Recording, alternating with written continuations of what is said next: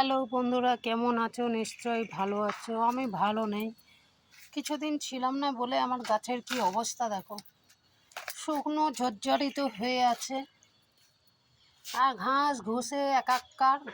গাছ একদম ঝুমে পড়েছে, যাচ্ছে তাই অবস্থা। লঙ্কা গাছটা একটু তাও ঠিক আছে, বাকি ওই যে ঢাকা দিয়ে গেছিলাম একটু বেড়েছে। পেঁপে গাছটা সামনের দিকে দেখাই, একটু বেড়েছে, দেখতে পাচ্ছ?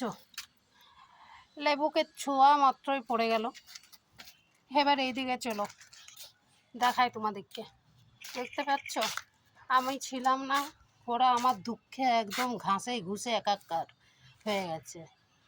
কতই ভালোবাসে আমাকে, দেখতে পাচ্ছ তোমরা? একদম দেহ রেখেছে গাছগুলো আমার। আমি চলে এসেছি, আর কোনো চিন্তা নেই এদের, আবার সেই যত্ন করব। হে তো দুঃখতে পড়েই গেছে, কান্নাকাটি করছিল মনে হয়। কী আর করবে বলো, আমার তো, আমি তো ভালোবাসি এদেরকে, তার জন্যই ওরা এত দুঃখে ছিল।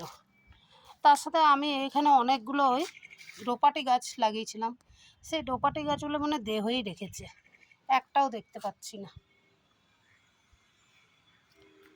যাই হোক, তোমাদেরকে দেখালাম ভিডিওটা।